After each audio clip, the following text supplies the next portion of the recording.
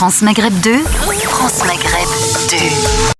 Alors, en premier débat, il est temps de faire une espèce de bilan parce que c'est vrai qu'il se passe beaucoup de choses sans que finalement le grand public ne soit informé de ce qui se passe réellement. Et là, j'aimerais qu'on parle et qu'on évoque, si vous le voulez bien, depuis l'arrivée d'Emmanuel Macron à la présidence de l'Élysée, le rôle d'un chef de l'État, c'est quand même de représenter la France principalement à l'étranger.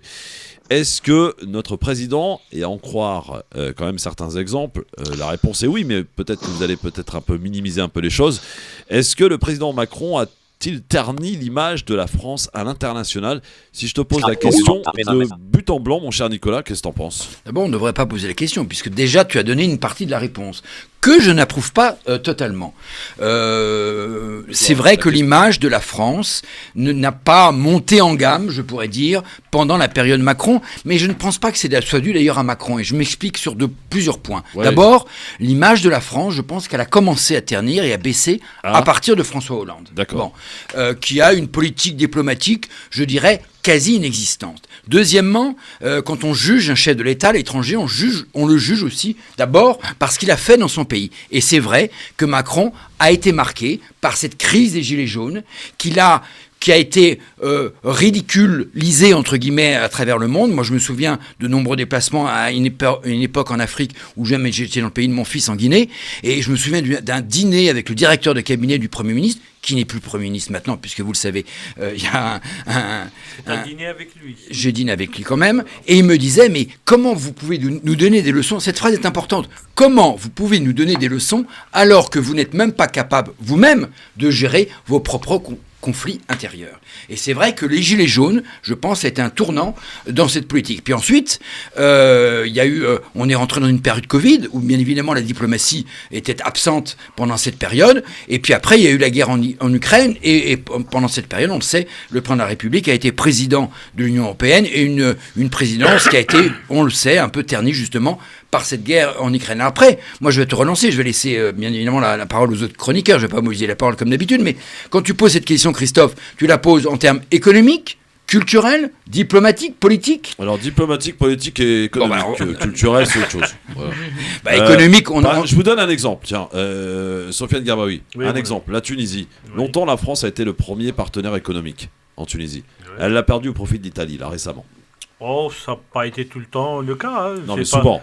Alors, c'est entre l'Italie et la France. L'Algérie, par exemple. Voilà. Non, l'Algérie, c'est un cas à part. C'est un cas à part, attention. Oui, mais l'Algérie, elle a quand même parce perdu que les relations, on le voit encore sur les crispations. Les relations franco-algériennes sont toujours soumises au regard mémorial. Et elles l'ont toujours été. Et elles le seront, monsieur Nicolas, s'il vous plaît. Je ne vous permets pas. Et elles le seront encore tant qu'il n'y aura pas en France, d'accord, une interpellation de la conscience collective nationale.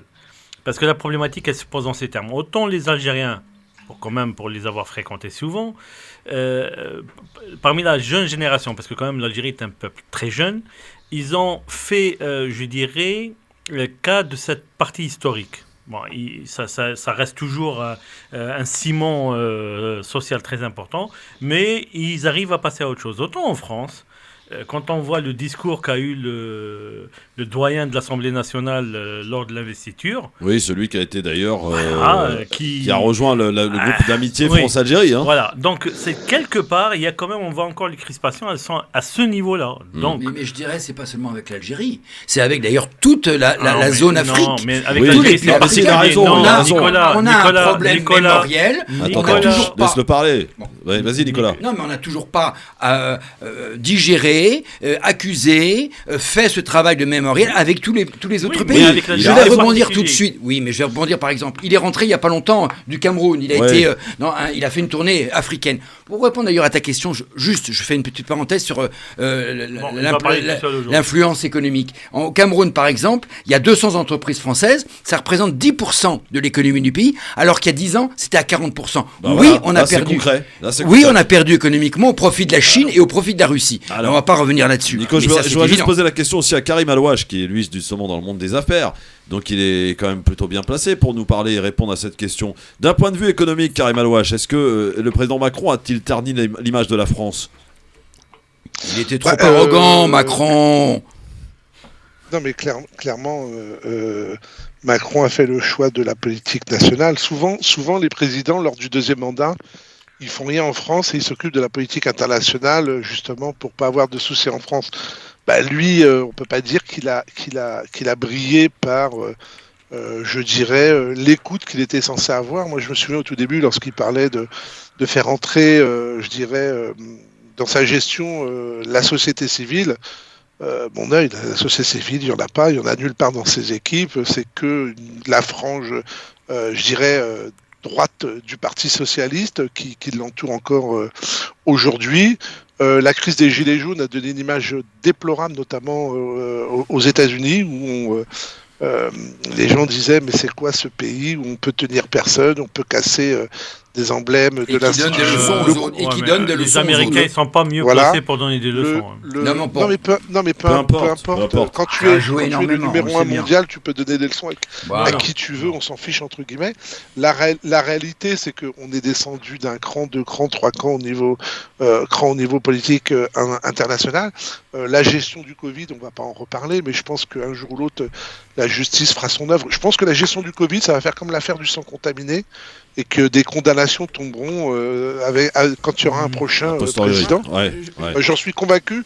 Et comme vous le savez, moi je fais partie des premières victimes et j'ai aussi un dossier en procédure parce que j'estime, vous savez, il y a une chose qui me perturbe en ce moment parce que ça fait 2 ans et au bout d'un moment les choses remontent.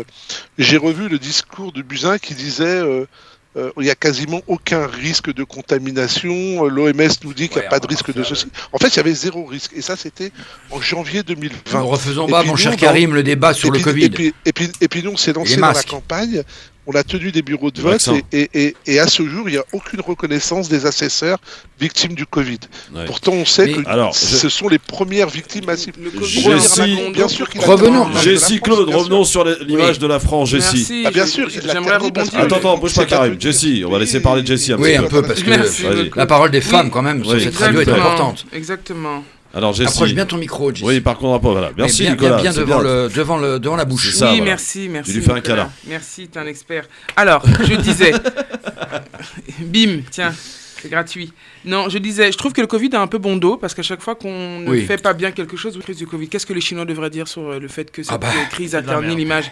Tous les pays ont été impactés. Ils essaient de nous acheter des vaccins maintenant. Exactement. Maintenant, le fait que des pays aient mal géré la crise dans leur propre nation, ça, c'est eux qui, aujourd'hui, doivent payer un petit peu les pots cassés de cela.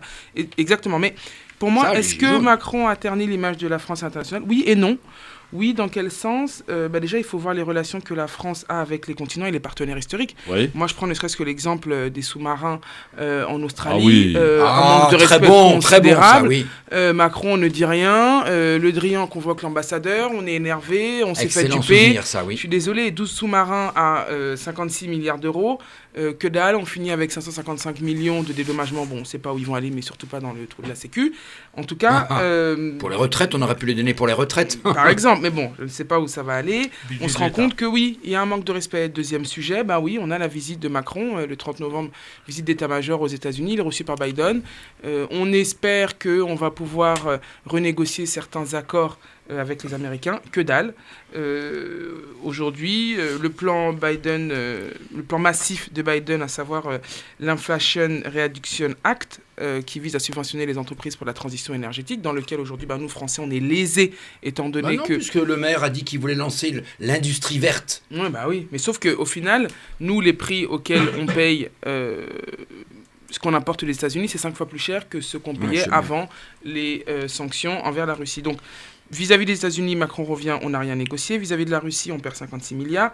Donc, je pense que oui, dans certains sens. À côté de ça, oui, la hausse des soulèvements et des mouvements sociaux envoie un signal alarmant au reste du monde.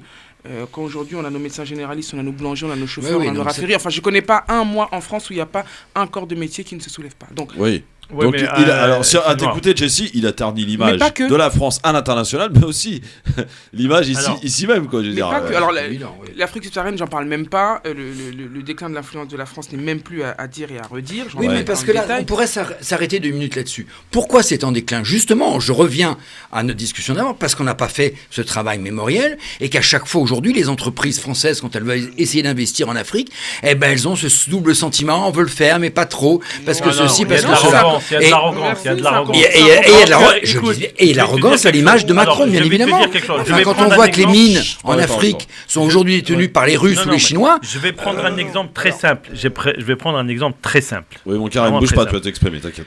Tu prends Renault. Oui. Renault en Algérie. Oui. D'accord. L'Algérie, c'est le 2e ou 3e marché automobile en Afrique. Oui. Ok. Ils vont investir chez le voisin. Il n'y a pas de souci. Ils ont le droit d'investir où ils veulent. Tu parles du Maroc. Du Maroc, chez le voisin. Voisin de l'Ouest. Oui, voilà, voisin de l'Ouest. Chez le voisin, peu importe. En Algérie, ils ont un vrai marché. Pas, déjà national, au-delà de l'export. Et ils mettent une petite usine. Alors, qu'est-ce que je veux dire ? C'est un atelier. À Oran. À Oued-Lilet, exactement. C'est à côté d'Oran, à 20-30 km d'Oran. C'est un petit atelier d'assemblage. Et ils disent, voilà l'investissement de Renault en Algérie. Là, ils se foutent de la gueule des gens. La preuve, maintenant, l'usine, elle est fermée. Là, ils sont en train d'essayer de reprendre. Il y a Stellantis, donc Peugeot, Fiat, etc., qui, elle, vient avec un vrai projet.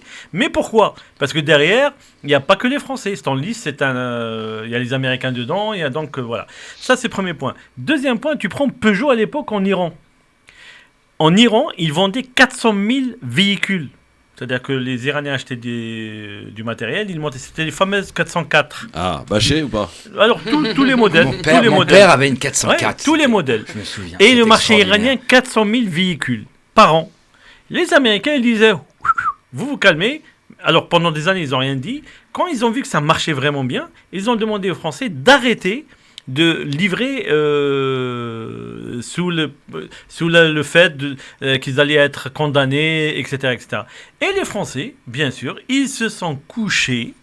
Donc la perte d'un marché où les Américains n'avaient pas la possibilité. Aujourd'hui, ce qui se passe pour la France, c'est que la France s'efface de plus en plus envers des pays comme la Chine, comme la Russie, oui, alors il y a une explication comme les États-Unis. Aussi, parce qu'ils sont plus offensifs. N'oublions pas, ils sont moins arrogants. La route de la soie. Ils sont moins arrogants. Pour la Chine et la Turquie, la route de la soie, même si les intérêts chinois, c'est pas les intérêts des pays africains. Alors, il ne faut pas se tromper. Karim Alouache. Alors, moi, je voudrais dire 2 choses. D'abord, juste répondre. J'ai pas dit que c'était le Covid qui était responsable de la situation. J'ai dit c'est la gestion de la crise du Covid lamentable qui a eu des conséquences sur l'image du président et son incapacité à tenir son pays. Pour en revenir à ce que vous dites, moi, je suis pas du tout d'accord. Faut arrêter de dire qu'il faut faire... je sais pas quoi, une reconnaissance de je sais pas quoi sur la colonisation et tout. C'est une foutaise. Moi, je travaille en Afrique, je travaille au Maghreb. Tous ces pays-là adorent. Les dirigeants adorent la France. Oui, les hommes importants adorent la France. Les dirigeants et la population, ils n'ont pas les mêmes niveaux. Vous savez, on laisse parler, non, mais laissez-moi terminer. Moi, je suis allé en Algérie, j'ai rencontré des très hautes personnalités algériennes, et que ce soit dans les hommes d'affaires ou dans le domaine politique ou militaire, ils ont tous la double nationalité. Arrêtez de vous foutre de la gueule. Karim, arrête de dire ça. Arrête de dire ça. Je te permets pas. Non. Là, tu dis n'importe quoi. Historique. Non, là, tu dis n'importe quoi. Empêche d'avancer. C'est pas parce qu'on a la double nationalité qu'on est d'accord avec les pays avec qui on a la nationalité. Faut arrêter de dire ça. Pardon ? Là, tu es en train de dire, il y a des gens qui ont une double nationalité, donc forcément, ils sont d'accord avec la France. Mais vous rigolez, dès que quelqu'un en Algérie a de l'argent et du pouvoir, la première chose qu'il fait... Oui, mais ça change quoi ? Ça change quoi de l'influence de la France sur... Ça change quoi ? Mais ça change quoi de l'influence de la France en Algérie ? Ou en Afrique. Il faut stopper de dire c'est la faute des autres. Ça, c'est la politique. Mais on n'est pas en train de parler de ça. Mais non, Karim, t'es vraiment malade aujourd'hui. Je te rejoins tout à fait dans l'idée selon laquelle, effectivement, aujourd'hui, beaucoup se plaignent de la France et de l'influence de la France dans certains pays, mais ils sont bien contents quand les dirigeants viennent. C'est les premiers à faire des courbettes. Et les hauts dignitaires de chez nous. Je te l'accorde, je suis d'accord avec toi. C'est la population. Il y a un problème avec la population, avec le peuple de ces pays-là. Parce que l'élite, aujourd'hui, bénéficie du rayonnement de la France. C'est-à-dire que l'élite aujourd'hui bénéficie du regard bienveillant que la France a à l'égard de ses populations, à l'égard de ses nations. J'aimerais poser une question à Karim. Karim, une question que je voudrais te poser par rapport à ce que tu dis sur les dirigeants en Algérie et les personnes... Attends, je te parle juste d'une question. Est-ce que ces dirigeants en question que tu as rencontrés, et je veux bien te croire, c'était quand ? C'était il y a... Avant le Covid, en Algérie, c'était juste avant le Covid. Très bien, t'as répondu à ma question, c'est bon. C'est bon, t'as répondu à ma question. T'as répondu à ma question. Ce que je veux vous dire, en fait, quand vous allez dans ces pays-là, il y a deux discours. Il y a le discours de celui qui veut empêcher le peuple d'avancer, et il enferme ce peuple dans l'histoire. Moi, j'ai des gens qui m'ont parlé du FLN, de ceci et de cela, et quand je vois leur âge, je leur dis, mais attends, t'as jamais vécu ça, toi, qu'est-ce que tu me racontes là ? La deuxième chose, c'est quand j'ai voyagé avec ces personnes en Algérie, je me disais, attendez, je vais vous faire une invitation pour vous inviter. Et les mecs, ils m'ont tous sorti leur carte d'identité française. Oui. Mais c'est leur niveau de vie qui font que les gens sont associés à cette réalité. Non, mais ça veut dire quoi ? Non, mais ça veut dire quoi ? Là, je comprends pas entre ce qu'on est en train de débattre, c'est ce qu'on est en train de débattre, et là, on est en train de faire le procès de certains dirigeants algériens. C'est pas un procès, c'est de dire. Moi, je veux qu'on parle de l'image de la France, qui n'aurait pas été terminée par Emmanuel Macron. On n'est pas là pour faire nous, on est en train de dire tout simplement que les gens... elle n'est pas détériorée, je vous promets. De toute façon, quand on arrive dans ces pays-là et qu'on en a plein les poches, de toute façon... c'est pas détérioré. Non, mais c'est ce que je voulais entendre de la part de Karim, c'est-à-dire que dans son domaine... C'est pas vrai. La banque, mais quoi, c'est pas vrai, c'est son domaine. Regarde, moi je prends toujours le cas de l'Algérie. Le cas de l'Algérie. C'est toi qui ramène l'Algérie aussi. Non, mais je prends des exemples précis.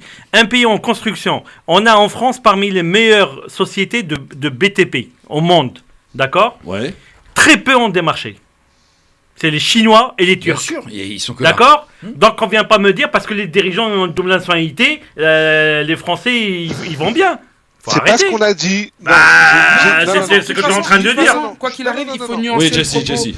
Quoi qu'il arrive, il faut nuancer le propos parce que... les Algériens importants adorent la France. Ok, d'accord, mais quoi qu'il arrive... On parle pas en même temps. Jessie. Quoi qu'il arrive, il faut qu'on nuance le propos. Dans le sens où, est-ce que l'image de la France s'éternit à l'international ? Mais toute la scène internationale n'a pas le même visage. Tout le monde ne vit pas et ne reçoit pas la France et ne travaille pas avec la France de la même manière. Ce que j'ai voulu faire en prenant l'Australie et l'USA, c'est montrer... Très bon exemple, Jessie. Comparons le comparable. C'est vrai. Merci, c'est gentil.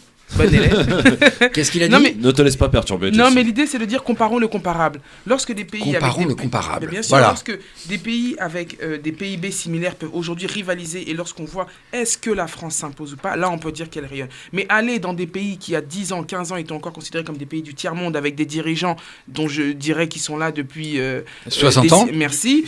C'est tu peux donner les noms, n'hésite pas. Aujourd'hui, lorsqu'on dit est-ce que l'image de la France est ternie, pour un dirigeant qui profite aujourd'hui de toute une forme de corruption, tant mieux pour lui, mais pour le mec qui n'arrive pas à envoyer ses enfants à l'école, pour la dame qui est complètement malade et qui n'arrive pas à se traiter ou qu'importe, elle ne peut pas aujourd'hui dire ah bah oui, la France fait pour moi, la France ne fait rien pour elle.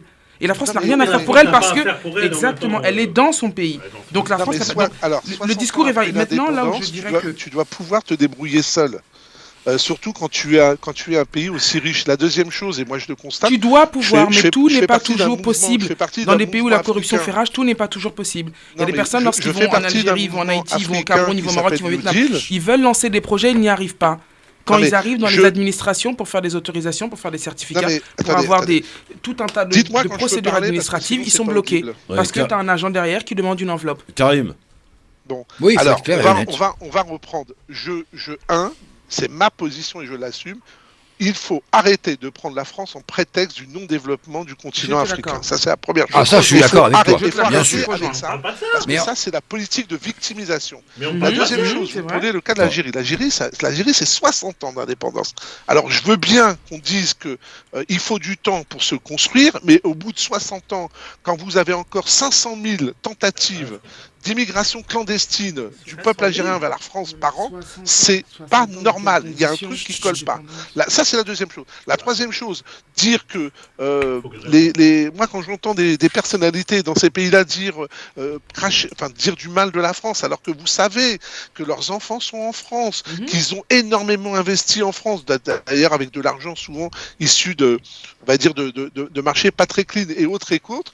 uniquement pour maintenir un peuple dans un asservissement idéologique de leur dire il ne faut pas aimer la France, je trouve ça débile. Après, aujourd'hui, il y a une solution, parce que quand vous dites qu'ils n'aiment pas la France, pour moi, c'est une manipulation. La dernière chose, c'est, moi, je fais partie d'un mouvement, je suis vice-président de New Deal, qui est un mouvement africain de diaspora pour que les pays africains travaillent entre eux, et notamment et aussi avec l'Union européenne. Je vous promets, la diaspora dans ces pays-là n'est pas la bienvenue. Mais clairement, et c'est une bagarre de tous les jours pour essayer de faire avancer les choses. Alors, après, le peuple, Sofiane, réponds et après on en termine là-dessus pour ce sujet. Là, on ne parle pas de la même chose.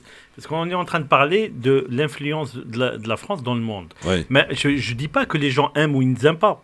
Il y a beaucoup d'Algériens qui sont francophiles. C'est une grande majorité. Donc ça n'a rien à voir avec le fait d'aimer la France ou pas. On parle de l'image de la France dans le monde, cher Karim. Ça, c'est le premier point. Deuxièmement, tu parles de diaspora. Une diaspora, c'est un peuple sans terre.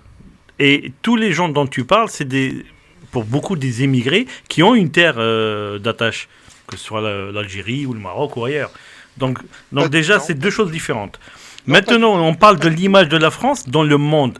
Jesse, tout à l'heure, a pris l'exemple de l'Australie. Très bon L'Australie exemple. Qui a annulé un contrat avec la France sur 12 sous-marins. Pourquoi elle a annulé le contrat ? C'est pas parce qu'ils étaient moins chers, c'est que les Américains ont fait un pressing. Ils leur ont dit, voilà, c'est très simple. La Chine est en train de monter en puissance. Ouais. C'est pas la France qui va vous défendre. C'était ça le deal. Il y avait des soldats militaires derrière. Stop. On revient dans un instant pour terminer si vous le voulez bien. Mais je dirais au rédacteur en chef de cette émission. Le LGF, merci d'être avec nous en direct sur votre radio avec Nicolas Jeannetem et Sofiane Garbaoui, Jessie Claude et Karim Alouache qui sont avec nous sur France Maghreb 2. Et on est avec Méziane aussi qui nous appelle au standard 01 40 33 9000. Salut Méziane. Oui, salut Christophe. Salut à tes invités. Oui, bonsoir. J'ai pris l'émission plus ou moins déjà commencé. J'ai entendu Monsieur Sofiane et puis Karim, je crois. Oui. Monsieur Karim. Si j'ai bien compris, Monsieur Sofiane, avec tout le respect que je lui dois, défend le pouvoir sur tous les points de vue, et il oublie de dire que, comme avait dit Karim, tous ces gens de pouvoir, les nouveaux comme les anciens, ont leur bien à l'étranger et leurs enfants aussi. Et que le peuple, il y en a beaucoup qui se sauvent par la mer au péril de leur vie. Enfin, enfants. Alors Sofiane, puisque c'est toi qui as interpellé. Oui, alors c'est Méziane. Oui, bonsoir Méziane. Bonne année, t'as dit. Oui, bonne année, meilleurs vœux à toi aussi. Oui. Excuse-moi. Alors, je ne défends pas le pouvoir, c'est que le débat portait sur l'image de la France dans le monde. Et là, on me parle des dirigeants algériens. Ça répond pas à la question. Qu'il y ait des dirigeants algériens qui ont la double nationalité, qui y ait des corrompus en Algérie, etc., je pense que c'est pas moi, à mon niveau, qui vais dire le contraire. C'est un secret pour personne. Et c'est un secret pour personne. On sait très bien. Je vais vous dire quelque chose. Il y a eu quelques années ce qu'on appelle la doctrine militaire algérienne.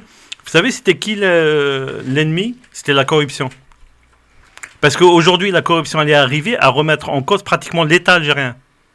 On n'est même plus sur de la petite corruption. Sofiane, est-ce que Monsieur Sofiane, non, Sofiane, tu peux. Voilà. Est-ce que tu te rappelles pendant avant les élections présidentielles où Tebboune avait été interviewé en disant est-ce qu'il y a eu de l'argent détourné ? Oui. Il a dit il y a plusieurs milliards, il n'a pas dit 20 milliards. Il a donné les chiffres. Il n'a pas dit combien ? Il a dit 20 milliards. Non. Il a dit plus. Il disait à chaque fois à la journaliste. Non, oui, mais globalement, il dit 20 milliards. Il n'a pas donné de chiffres. Par contre, il a dit, je sais où c'est. Oui. Alors, excuse-moi. Un homme d'État, qui était un homme d'État, il sait où c'est. Oui. Ici, qui les a pris, il a fallu que viennent pendant les élections pour faire un chantage.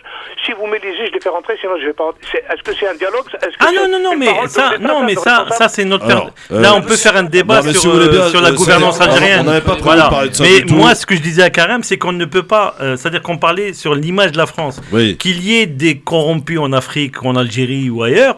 Ça, à la rigueur, c'était pas le débat qu'on mettait aujourd'hui, c'est tout. Non, si je peux me permettre, on est arrivé sur ce débat-là parce que tu as commencé à parler de l'Algérie et de la détestation de l'image de la France, notamment, tu as fait allusion à l'Algérie. Mais non, j'ai parlé de l'usine Renault. Non, mais c'est faux. Les Algériens adorent la France. Mais on n'a pas parlé de... Karam, tu entends très mal parce que personne n'a parlé à un moment ou à un autre de la détestation. On a pris des projets. J'ai pris un projet qui était celui de Renault. Voilà. Bon, alors, merci Méziane. J'aimerais qu'on passe à un autre débat.